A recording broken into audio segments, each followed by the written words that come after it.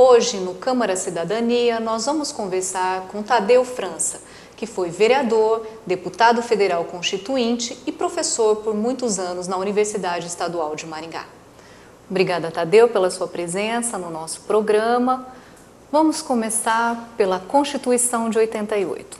Como foi fazer parte desse trabalho? Primeiramente, era um grande sonho.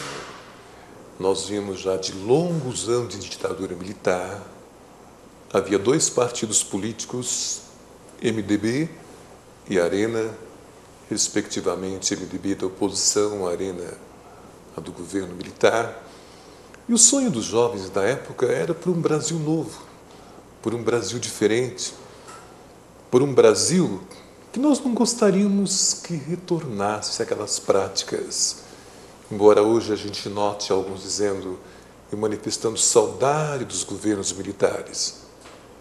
Mas é bom que os jovens de hoje saibam que foi uma época de torturas, de assassinatos, de pessoas exiladas, de mandatos políticos cassados, sem qualquer justificativa, absolutamente nada, de proibição de se ouvir até mesmo uma palestra favorável aos direitos dos desassistidos. Foi o Brasil em que, se nós formos folhear um livro coordenado por Dom Paulo Evaristo Arns, intitulado Brasil Tortura Nunca Mais, nós verificaríamos claramente que os crimes praticados nesse período não fazem parte da história oficial do Brasil. Foram práticas até hoje ocultas. Eu gosto de saudar a Assembleia Nacional Constituinte, lembrando a figura do nosso digno e honrado presidente Ulisses Guimarães, presidente do MDB da época também, quando ele dizia, mesmo enfrentando as piores situações dessa época, ele dizia uma frase: navegar é preciso com frequência. E hoje nós estamos num momento em que, se ele aqui estivesse, com certeza ele se lembraria de Rui Barbosa e diria para cada brasileiro: não basta ser honesto, é preciso não sentir vergonha de ser honesto. Então foi sob esse clima que, na época, depois de ter sido vereador, deputado estadual, cheguei a Brasília na condição de deputado federal constituinte, disposto a evitar todos os esforços por uma pátria nossa, por uma pátria livre, onde de fato se construísse um patriotismo sólido, que, a bem da verdade, o que acontecia em certos escalões do passado. Vamos só citar um exemplo? Sim. A Valita era uma empresa brasileira que prosperava. Quem fornecia cobre para a Valita era uma empresa multinacional, a Dow Chemical. A Philips holandesa tinha interesse em apoderar-se da Valita. Qual que era a prática usada naquele tempo? Era acionar o fornecedor de cobre da Valita, no caso a Dow Chemical, com a anuência do presidente brasileiro da Dow Chemical, que era nada menos do que a figura do general Golbery Couto e Silva. Foi o que foi realizado. Aí veio a massificação, de se formar a opinião pública. Às vezes um ator aparecia na televisão usando o termo Valita para caracterizar algo negativo. Às vezes era uma atriz. Você está de namorado novo? Sim, puxa, deve estar feliz. Olha, no começo pensei que fosse bem, depois descobri que era um Valita de primeira classe. Ou seja, com uma massiva propaganda negativa. Desqualificando. Desqualificando. E com o cobre estragado, a Valita foi a pique. Foi quando apareceu a Philips holandesa e a iniciativa patriótica brasileira, endividada, inviabilizada, passou para as mãos da multinacional Philips. Se você for comprar um produto hoje, você vai notar Philips Valita. Não é verdade? Sim, é verdade. É uma lembrança da origem nacional da Valita. Sim. Por isso que eu digo, o patriotismo se reveste dos mais diferentes aspectos. É preciso, assim, não entrar no jogo das facilidades. E hoje a gente percebe que há até uma certa vergonha, me parece, em se dizer patriota, né? Em se portar como patriota.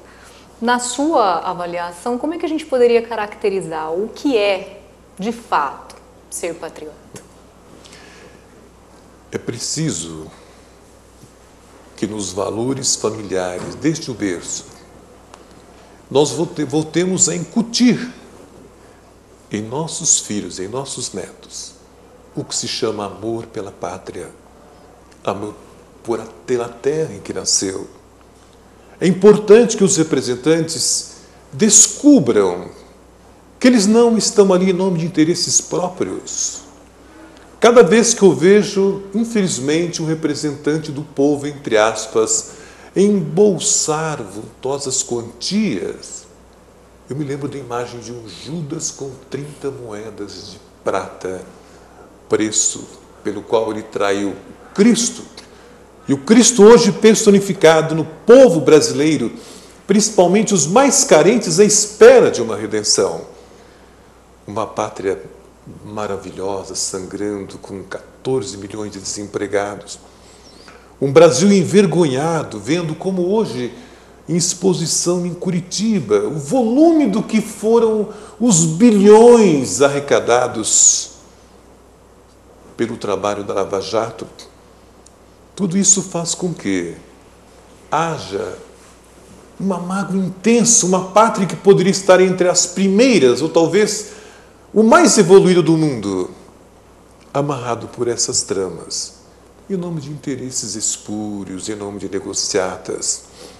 Porque é tão fácil, o que vai segurar um parlamentar lá em Brasília, longe das suas bases, quando a propina não é contabilizada? Como exemplo da Constituinte, quantas vezes as altas esferas, não somente multinacionais, mas nacionais também, interesses daqueles que não querem a menor mudança no Brasil, nem sequer a transformação por módulos da realidade fundiária do Brasil, fazendo leilões milionários, chegando aos gabinetes dos parlamentares com uma pasta preta recheada de dinheiro daqueles leilões. Senhor deputado, reforma agrária precisa ser um termo banido da Constituição brasileira. Mas por que todo país desenvolvido precisa, respeitando a propriedade que é cultivada, que é trabalhada, precisa de um modelo fundiário? Não, o que eles não querem é outra coisa. Então fazemos o seguinte, deputado. Nós temos aqui uma região que foi bem mapeada, com todas as creches, com todos os asilos, entidades assistenciais dos municípios onde o senhor foi votado. Longe de nós a ideia de suborná-lo. O que nós queremos é apenas que o deputado tenha condições de chegar e atender a cada uma daquelas entidades tão necessitadas. Nós precisamos do seu voto, porque uma mão vai, outra vem. Naquele momento, é uma figura diabólica que está ali personificada. A tentação está toda ali, né? Sim, colocada. Amigo, a vida inteira nós sonhamos com um Brasil novo. Nós estamos cansados de ver a miséria se alastrando nos campos e nas cidades. Nós viemos aqui para uma proposta de mudança. Mas, deputado, ninguém vai ficar sabendo na sua cidade. Vou ter certeza disso aí, ninguém vai ficar sabendo. Que tal se nós fizéssemos assim, então? Não precisa o deputado votar. Vale o mesmo auxílio para as suas entidades assistenciais. Que o deputado não compareça em plenário. quantos faltam em cada dia, ninguém vai notar a sua presença, a sua imagem de homem de caráter, de fibra, patriota, decente, vai continuar intocável. A vontade que dava era repetir aquelas palavras do Cristo: vai-te embora, Satanás. A insistência era imensa. Deputado, e que tal o botão da abstenção? Todos os truques eram colocados. Em último caso, 2 semanas na Europa com sua família. Ou seja, esse mecanismo ele se acentuou muito durante a Assembleia Nacional Constituinte. E o sucesso relativo alcançado, que eu posso garantir uma coisa: pelo menos 1/4 daqueles parlamentares que escreveram a nova Constituição do Brasil jamais pactuaram com propinas, jamais venderam a sua alma e o povo que representou durante todo esse período em que lá estiveram. Mas havia um massacre que era colocado. E poderia citar outros exemplos. Sim. Vamos citar um exemplo voltado agora para a questão tributária. Uhum. Se você, Célia, for abrir a Constituição, no capítulo 155, inciso 10, a linha B, você vai encontrar uma pequena cláusula: as alíquotas interestaduais, ou seja, bens ou serviços transferidos de um estado para o outro. Sobre essas transferências não incidirá ICMS sobre petróleo, lubrificantes e energia elétrica. Pois bem, aparentemente uma proposta tão saudável, tão inocente. Só que na época, qual foi o esquema que se elaborou ali?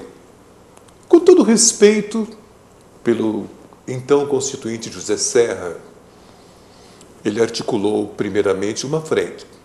A maioria dos parlamentares, dos constituintes, eram originários do Norte, Nordeste e Centro-Oeste. O Brasil inteiro sabe que para eleger um senador do Paraná, Santa Catarina ou São Paulo, os votos têm um valor. E o senador eleito pelo Acre, por exemplo, então, o começo de mudanças teria que se processar pela representação política brasileira. Por quê? Nós já começamos levando desvantagem. Nós, do Sul, éramos minoria no Congresso Constituinte. Cartazes, Norte, Nordeste e Centro-Oeste. A maioria dos constituintes do Brasil. Então, o senhor José Serra articulou com o Norte, Nordeste e Centro-Oeste um apoio para que todos os constituintes votassem que 3% do IPI, Imposto sobre Produtos Industrializados, seriam encaminhados para projetos de desenvolvimento do Nordeste. Fez a consulta, todos nós do Paraná entendemos que era uma função nobre, meritória, fizemos compromisso. Na hora da votação, votamos para que 3% do IPI do Brasil todo fosse para o Nordeste. Quando chegou na hora de votar a questão dos impostos e tributos transferidos de um estado para outro, veja bem, Célia, o Paraná tem, na sua energia elétrica, uma das grandes fontes de renda para o Estado. Sim. 2/3 da energia que se produz em Itaipu são vendidos, principalmente para o estado do meu colega constituinte, que é São Paulo. O Rio de Janeiro, que vive numa crise histórica, o petróleo da Bacia de Campos representava uma receita fortíssima para o Rio de Janeiro. Então, os deputados originários dos estados que produziam petróleo ou energia elétrica ficaram surpresos quando houve aquela avalanche de votos, porque, a partir de então, eles não teriam direito ao recolhimento do ICMS das vendas que fariam Para os outros estados. para os outros estados. Dá para compreender, não é verdade? Sim. Só que quando nós fôssemos comprar, o que acontece até hoje, produtos industrializados de São Paulo, nós pagaríamos lá, na época, 17,5% do ICMS que deixou de ficar aqui no Paraná. Sim. Então são questões assim que mostravam uma falta de justiça, uma guerra fiscal sórdida, iníqua, de irmão contra irmão. Sim. E até hoje está lá na Constituição, é só conferir Permanece. esta realidade. Tanto é que nós propusemos no final da Constituinte que em 5 anos haveria uma perspectiva de uma revisão constitucional. Os nossos sucessores não se interessaram pela prerrogativa. Não houve, né? Não houve. Exatamente. Mas fizeram vários remendos, né? Nunca sentaram e refizeram, fizeram uma análise, mas foram fazendo emendas e dando uma... Exatamente. De acordo com as conveniências. Vejam, por exemplo, agora, como a questão educacional da pesquisa, nós colocamos lá com tanto carinho a proposta de que 13% das verbas orçamentárias serão destinadas para o ensino superior brasileiro, para a pesquisa, para o ensino, para a extensão. 25% para estados e municípios, porque não há como sair das amarras do atraso se nós não investirmos em educação. Sim. Primeiramente, uma maquiagem do que são verbos para a educação. Sim. Segundo, simplesmente cláusulas que representavam uma saída para o nosso país. Elas estão sendo simplesmente trituradas, torpedeadas ao sabor de conveniências, ao sabor de picaretagem. Nós não temos, por exemplo, verbas para a educação melhor. Mas nós estamos assistindo a um esforço voraz para que 3 bilhões e 600 milhões representem verbas para que os parlamentares gastem agora no próximo ano em suas eleições. Sendo que esses fundos partidários, os candidatos novos, falamos em renovação, os candidatos novos que iniciam, aqueles que poderiam representar, por exemplo, a classe trabalhadora, como dos mais diferentes setores em geral, eles não vão receber um centavo sequer desse fundo partidário. A concorrência começa desleal por aí. Dentro dos próprios partidos, Dentro você dos já próprios tem para partidos. quem essas verbas irão. Sim. Então, eu diria que o patriotismo tem que começar por aí, pelo respeito. Política não pode ser profissão. Política é missão de servir. Eu sempre gostava de falar, eu estou deputado. O que eu sou mesmo é professor do Estado do Paraná, sou professor da Universidade Estadual de Maringá. A partir do momento em que eu abraço a política como uma profissão, eu estou me candidatando a essa prática voraz, eu diria, de aceitar qualquer proposta, qualquer jogo, qualquer mecanismo para me perpetuar no poder. Às vezes eu ouço pelas ruas, roubar um pouquinho, vá lá. Mas do jeito como estão roubando, sério, não existe roubar um pouquinho. Quem rouba 100, rouba 1000, rouba 1 milhão, rouba 1 bilhão. É só questão de oportunidade. Sim. Então o patriotismo precisa começar por aí, por sacudir as nossas estruturas. Começa por não se perder a esperança. Nós assistimos a um desalento total. Vamos votar nulo? Não vou votar. Aquela indagação, mas votar para quem? São todos assim.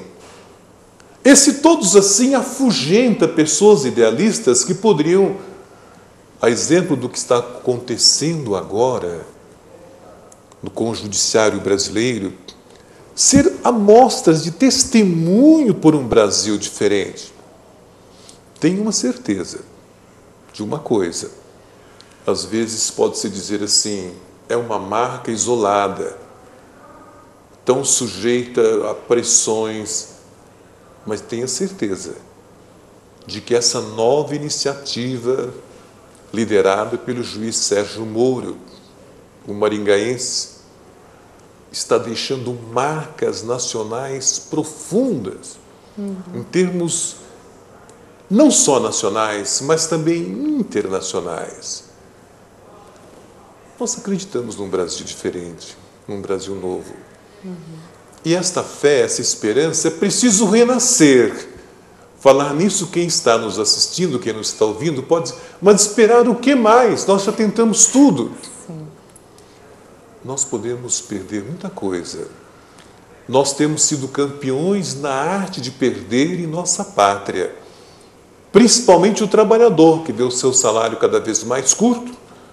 Principalmente aquele que está vivendo na pele a falta desses bilhões em paraísos fiscais, sem qualquer perspectiva de um amanhã melhor. Mas nós não temos o direito de perder a esperança, de perder o sonho. Quantos morreram para que houvesse democracia, mesmo tantos dizendo que ela é um mal, mas mesmo você que acredita que ela é um mal, ainda é um mal menor, ainda é um mal necessário para o Brasil. Nós não queremos ver, como assistimos a tantas vezes, famílias chegando no Congresso Nacional, filhos procurando saber do destino dos seus pais desaparecidos. Exemplos, por exemplo, no caso de Rubens Paiva, uma viúva, os filhos. Nós não queremos assistir a jovens que imolaram suas vidas. Quantos deles, de uma forma assim, tão brutal? E não precisamos citar exemplos lá de longe, de São Paulo, Rio de Janeiro. Aqui em Apucarana, uma família... Um moço, José dos Trezeiros de Oliveira, gritou: abaixo a ditadura! Saíram correndo. Os agentes de segurança, ele entrou na igreja, escondeu-se no forro. Foi metralhado lá em cima enquanto lá estava. Os exemplos são inúmeros. Foi o Vladimir Herzog que criaram um simulacro de suicídio, quando as evidências são outras. Então, não vamos pensar em caminhar para trás. Vamos apostar que nós temos pessoas decentes, cidadãos, trabalhadores como você. Precisamos mudar, sim, mas mudar principalmente apostando no amanhã melhor. O Brasil tem jeito, sim. Passa pela crença, passa pela fé. O Brasil hoje pode estar cheirando em grande parte ao lodo da corrupção putrefata que está espalhado em todos os nossos quadrantes. Mas lembre, meu caro amigo, por mais podre que seja um lamaçal, sempre existe um espaço para o nascimento de uma flor. E que essa flor da Semana da Pátria possa ser a sua crença, possa ser o seu voto no próximo ano, fazendo um orçamento claro. As famílias estão em crise. O que os economistas dizem? Pelo menos no mês, veja onde é que está indo o dinheiro da sua família. Faça um exame de consciência, meu irmão, minha irmã. Quem que nós votamos nas últimas eleições? Esse presidente honrou com dignidade a representatividade? Vamos dedicar um tempo, porque de outra forma, as cadeiras que estão no parlamento, que estão até em excesso, nós éramos em 487 constituintes, hoje nós temos lá 513, não há nem cadeiras suficiente para todos quando eles votam no plenário. Sim. Então nós teremos força, vamos reduzir esse pessoal aí. Há um contingente excessivo. Vamos nos colocar contra a prática. Vamos criar normas.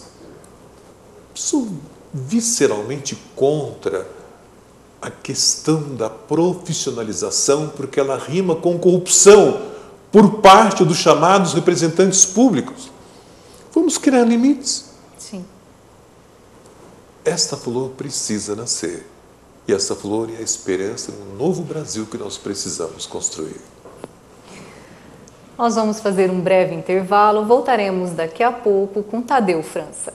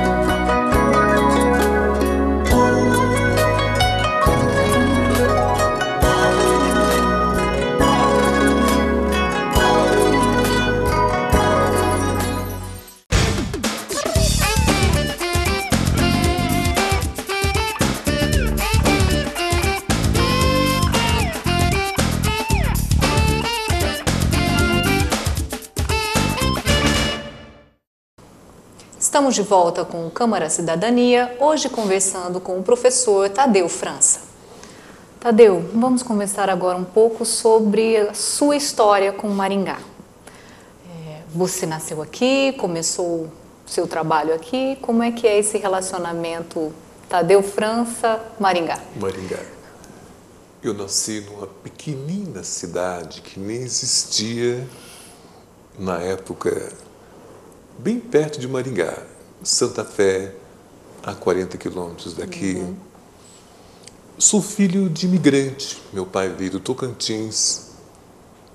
Ele trabalhou como corretor da Companhia Melhoramentos do Norte do Paraná.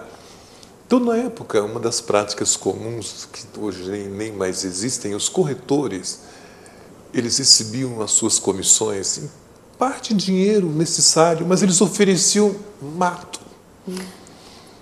Por quê? Porque o nosso norte do Paraná era tão baixo o valor que era moeda de troca que muitas vezes acontecia. E foi assim que, no pós-guerra, meu pai começou a colecionar mato a 40 quilômetros de Maringá. Ele conseguiu, na época, aproximadamente uns 500 alqueires de mato. E como ele tinha uma certa experiência, ele convidou alguém como sócio e constituíram a Imobiliária Santa Fé, responsável pelo loteamento desta pequena cidade onde eu vim nascer. Então, foi a 40 quilômetros daqui que eu nasci.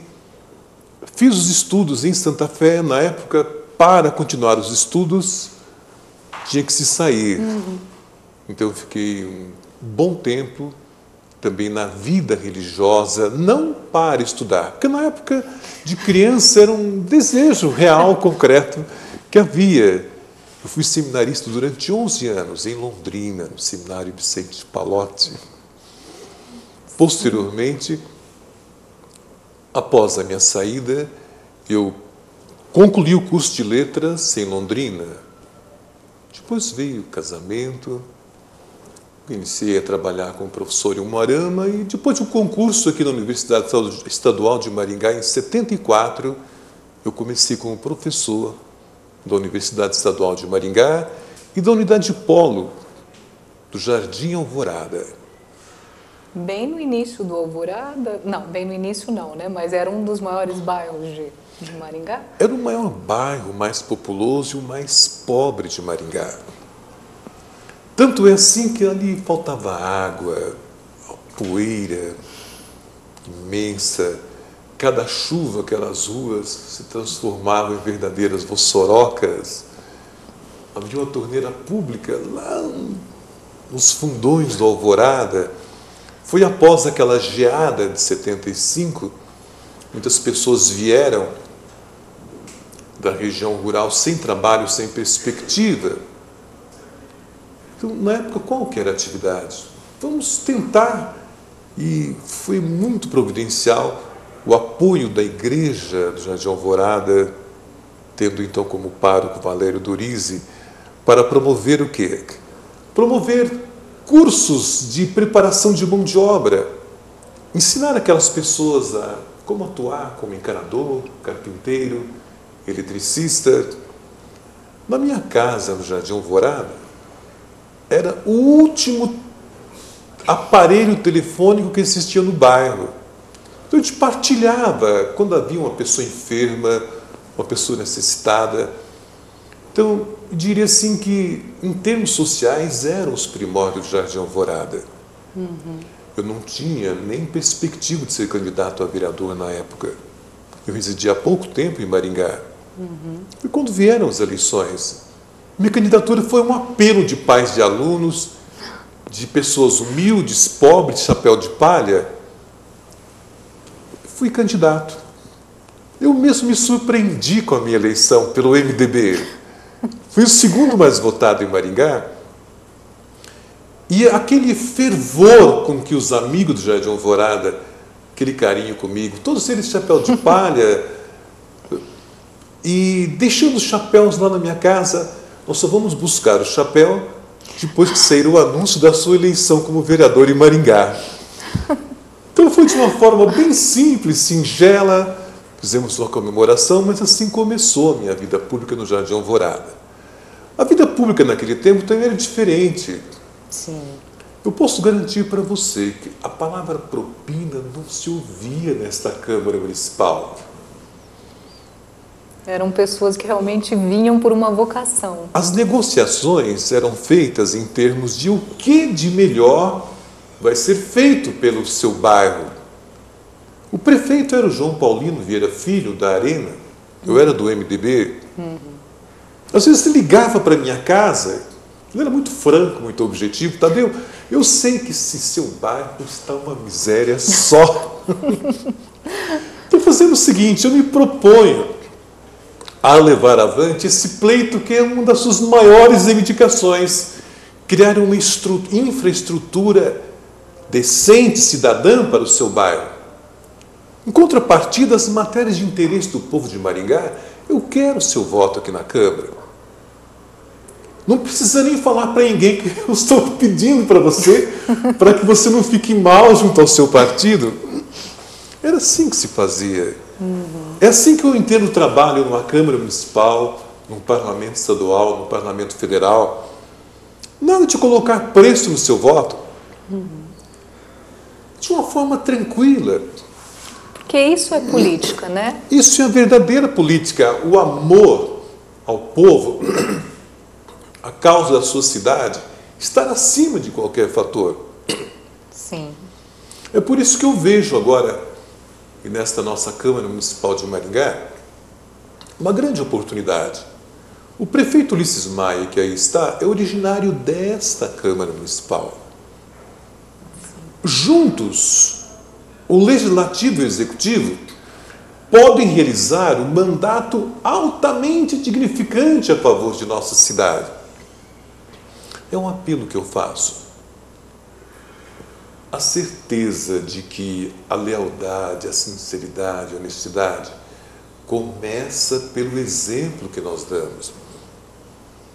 Então, como nós gostaríamos, temos a certeza de que nós teremos no futuro, ou já no presente, representantes que realmente honrem, que não sintam vergonha de serem honestos, que não sintam a vergonha quando às vezes alguém meneia a cabeça e fala assim, olha, ele foi vereador, esteve lá, não aprendeu nem a roubar. Foi deputado estadual, deputado federal, nem para isso você não serviu, não quis acertar a sua situação. Vereadores, o maior galardão que vocês vão levar ao longo de sua vida é essa certeza. Cumpram o seu mandato com dignidade, com decência, com coerência, com amor ao povo. Sejam leais ao povo que os elegeu. Popularmente se diz o melhor travesseiro é a boa consciência. Não vale a pena, em função das moedas de Judas, deixar para o nosso futuro, nós que partilhamos da vida pública. O pai dele foi um ladrão. está vendo o avô dessa criança? Ele roubou quando foi vereador, ou quando foi parlamentar, ou quando foi prefeito.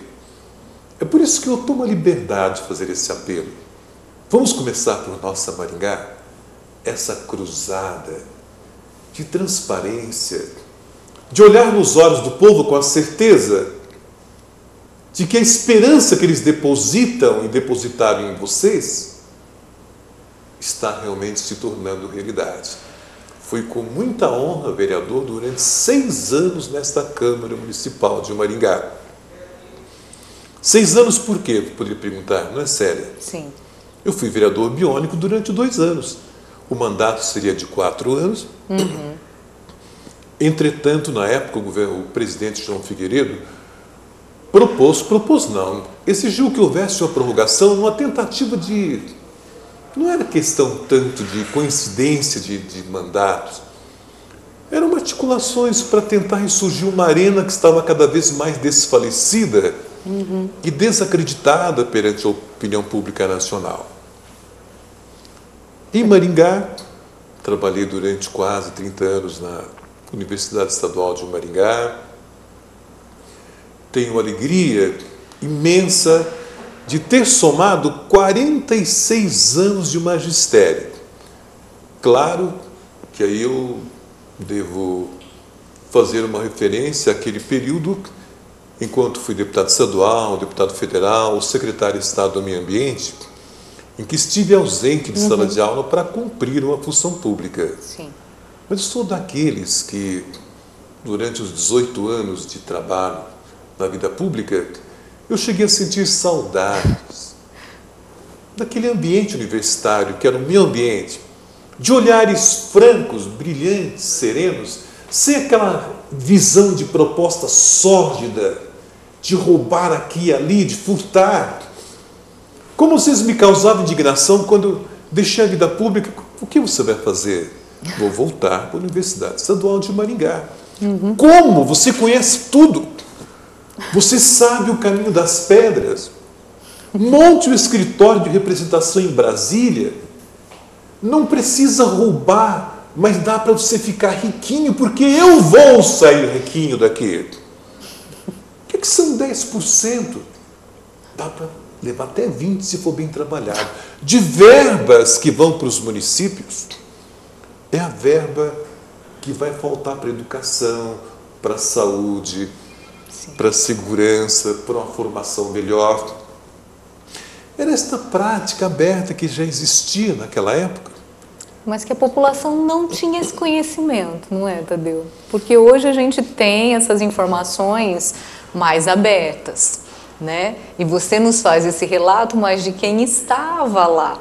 Porque à época isso não aparecia, né? E aí se dava a impressão de que não existia. Só que, na realidade, salve a internet, maravilha, com as redes sociais, o povo começou a acompanhar mais. Sim. Para denunciar situações como estas, primeiro, já havia uma dificuldade imensa, porque a verdade é essa, existe uma censura econômica muito grande em torno dos meios de comunicação do país. Existe. Sim.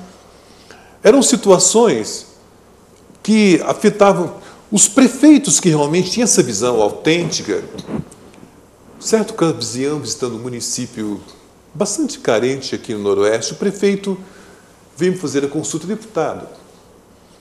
Tem um colega seu que me propôs que a liberação de uma emenda que ele apresentou só vai acontecer se eu me comprometer a devolver 20% para ele e fazer a maquiagem de notas para a prestação que eu devo fazer do Tribunal de Contas do Estado por minha conta.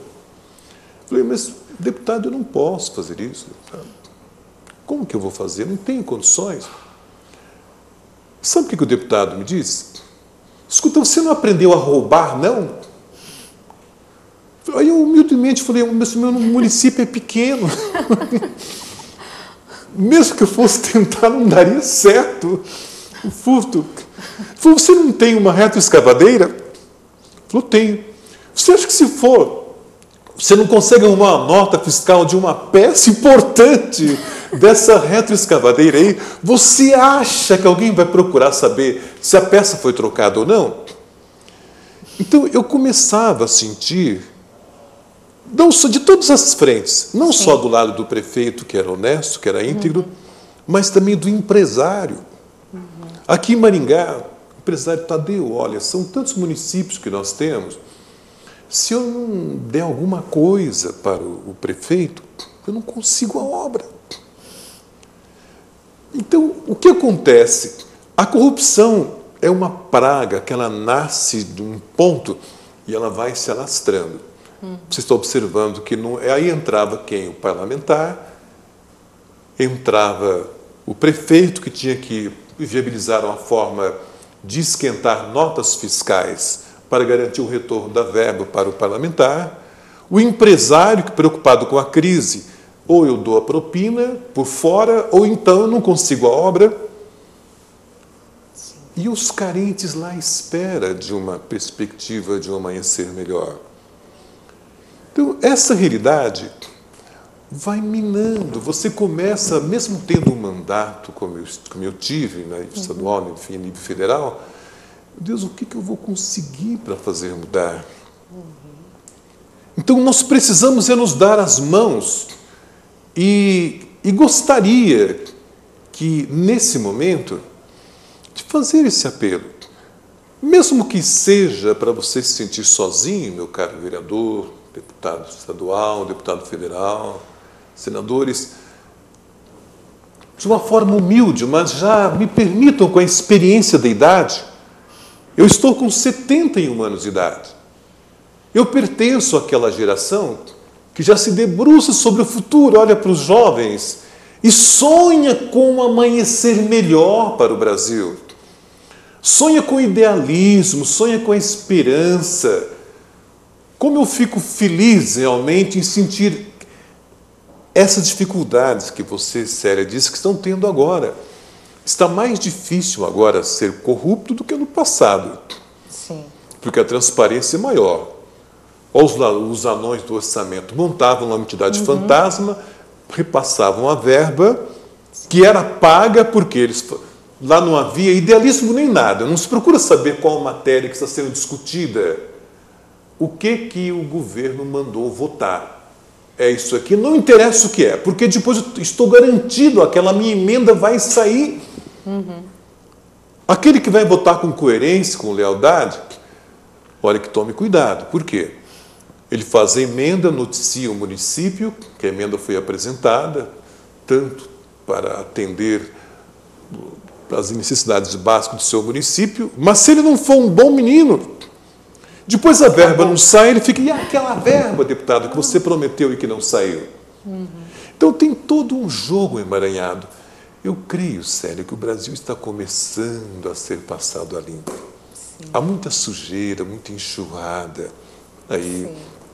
Mas, por outro lado, eu tenho certeza que nós vamos ter uma mentalidade diferente. O Brasil não sairá o mesmo ao término dessa Operação Lava Jato, que aí está. E acreditando em si mesmo nos valores, gritando, mesmo que seja para transformar-se numa voz que clama no deserto. Mas é preciso que essa voz surja. Sim. Para que dê essa esperança, né? Exatamente. Você acredita, Tadeu, que é possível, né, dentro de uma reforma política, fazer essas alterações? Porque eu acredito que essa esperança também tem que passar por isso, né? Essa perspectiva de se estabelecer uma nova política. Mas você acha que é possível, num próximo congresso, essa perspectiva? Bom, primeiramente, a reforma política que está sendo colocada é uma deformação maior. Sim, uma reforma política de verdade, né? Uma que realmente traga uma nova perspectiva. Sim, que seria fundamental, que ela entraria já o que nós já comentamos. Primeiro, teria que passar pelo crivo de transformação, por quê? a representação política tem que ser proporcional ao número de cidadãos. Sim.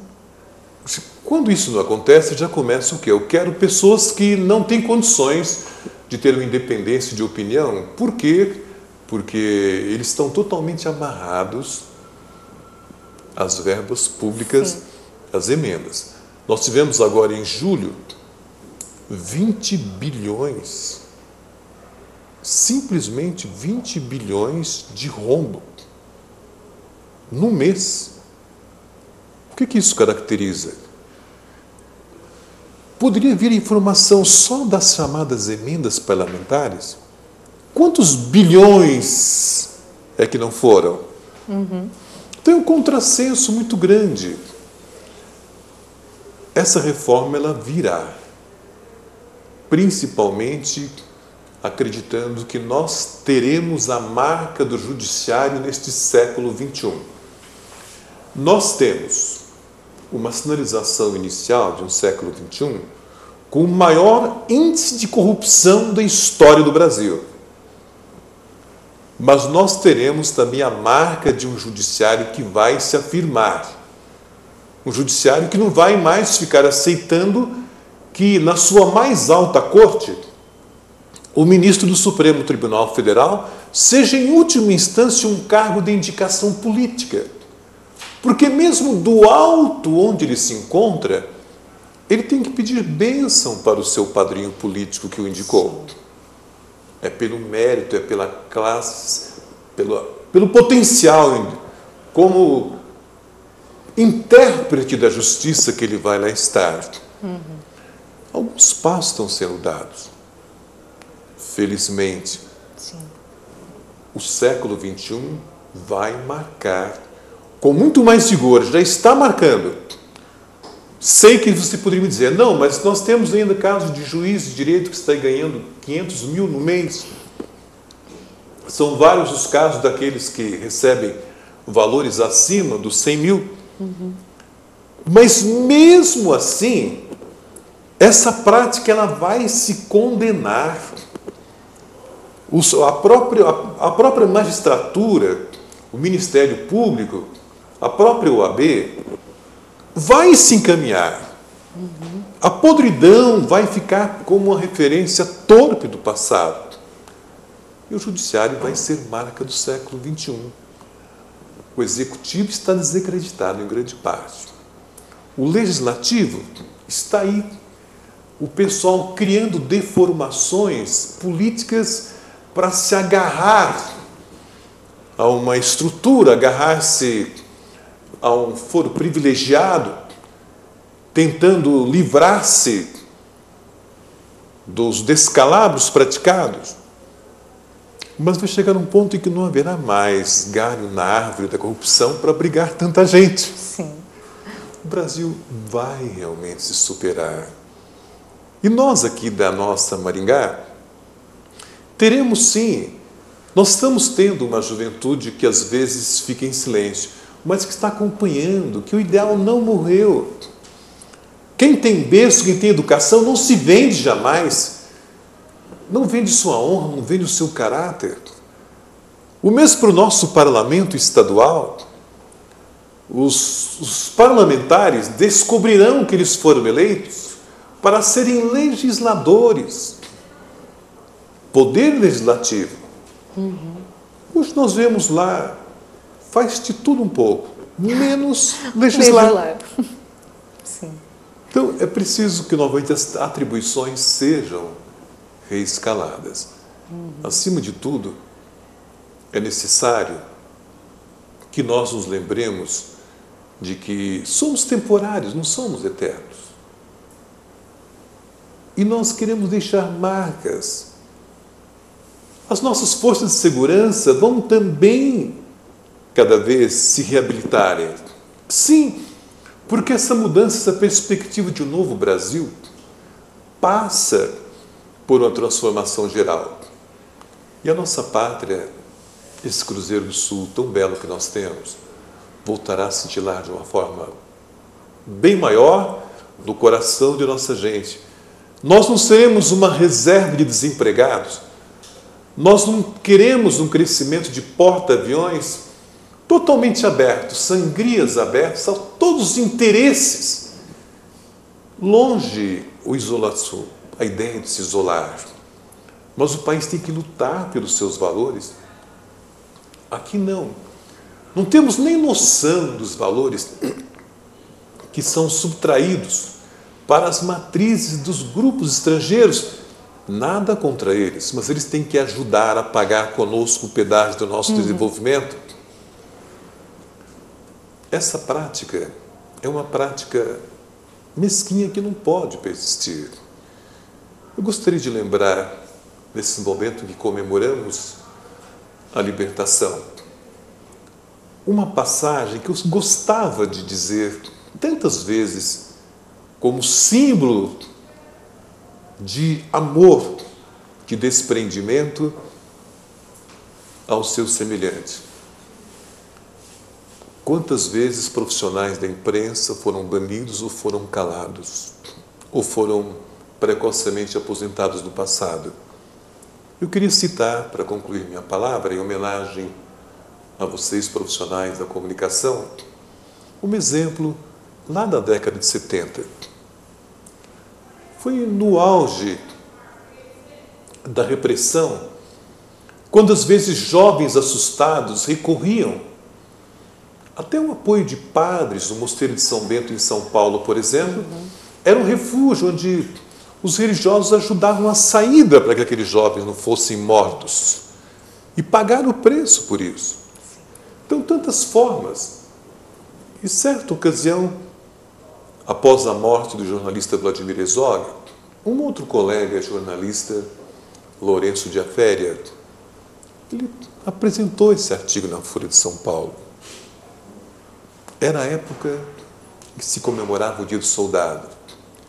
Ele começou falando que hoje eu não quero prestar homenagem, nem mesmo ao patrono do Exército Nacional, o nosso Duque de Caxias. Nosso não. Vamos falar a verdade para as crianças do Brasil? Ele foi o responsável pela morte de 90% da população masculina do Paraguai, numa guerra inglória de Brasil, Argentina e Uruguai contra o Paraguai, que era o melhor modelo de desenvolvimento na época e que se colocava abertamente como obstáculo aos interesses da Inglaterra aqui da América Latina. Vamos falar a verdade? Quando eu vinha para a redação do jornal, vi uma criança fazendo xixi nos pés da estátua do Duque de Caxias. Desculpe, patrono, mas eu achei que aquela criança estava simbolizando muito para todos os brasileiros. Por quê? Porque o povo brasileiro está cansado do peso das espadas, das pessoas desaparecidas, das mães que não sabem onde é que estão os seus filhos, esposos que não sabem onde é que foram parar os seus maridos. Mas eu quero fazer uma homenagem ao soldado. Não a este modelo imposto que aí está. Eu quero fazer uma homenagem a um soldado chamado Silvio Hollenbach, um sargento, que ainda há pouco, ele dizia, estava passeando no zoológico de Brasília com a família, numa tarde de domingo, esposa, filhos, quando de repente ouviu gritos de uma criança. O povo todo acorria para o fosso das ariranhas. O que havia acontecido? As ariranhas, com seus dentes pontiagudos, estavam estraçalhando uma criança, 6 anos de idade. Ele ficou tão curioso à beira desse fosso que acabou caindo. Ele não teve dúvidas, ele pulou naquele fosso. A esposa tentou segurá-lo. Não vá, porque se você for, você vai morrer junto com o menino. Mas ele pulou, levantou a criança, jogou, levou os populares, o agarraram, o menino, e saíram a toda velocidade até o hospital de base em Brasília. Em seguida, o sargento tentou sair daquele fosso. Só que enquanto ele salvava a criança, ele foi agredido ferozmente pelas ariranhas, o sangue escorria. Ele não teve forças e caiu em coma no meio dos animais. Apenas mudou-se o personagem. Quando finalmente veio socorro, ele, quase morto, foi levado nas piores condições. Ficou 2 dias em coma. Por fim, conseguiu recobrar os sentidos. Olhou para o médico e fez apenas essa pergunta: doutor, o menino está vivo, doutor? Está sim, sargento. Eu vou trazê-lo para que você possa enxergá-lo. Ele olhou para o menino e balbuciou as palavras: menino, meu filho. E pouco depois ele voltava a entrar em coma e 2 horas mais tarde ele vinha a falecer. Aí está um exemplo de alguém que foi capaz de dar a vida para salvar uma criança que não era o filho dele. Um exemplo de amor, um exemplo de militar, de que nós precisávamos na época e hoje continuamos precisando para o Brasil. É por isso, terminou Lourenço de Aféria, que eu não rendo minha homenagem a nenhuma ditadura militar, mas presto essa homenagem ao sargento Silvio Olenbach, herói, pai, militar, a perpetuar para sempre a marca do perfil do soldado brasileiro. Nós precisamos de amor no coração. Nós precisamos ter a certeza de que a corrupção não vale a pena, nem mesmo em termos pessoais, e muito menos para os interesses daqueles que nós tivemos a honra de representar. O Brasil tem jeito, sim. É preciso navegar, como dizia Ulisses Guimarães. Não basta apenas ser honesto. É preciso não ter vergonha de ser honesto. Que seja esta a marca deste Brasil nessa Semana da Pátria, esse país que vai ressurgir, renascer e ser um símbolo de paz, fraternidade, solidariedade junto a todas as nações do orbe. Muito obrigada, Tadeu, pela sua participação no nosso programa. Essa e outras entrevistas você confere no nosso endereço no YouTube TV Câmara Maringá.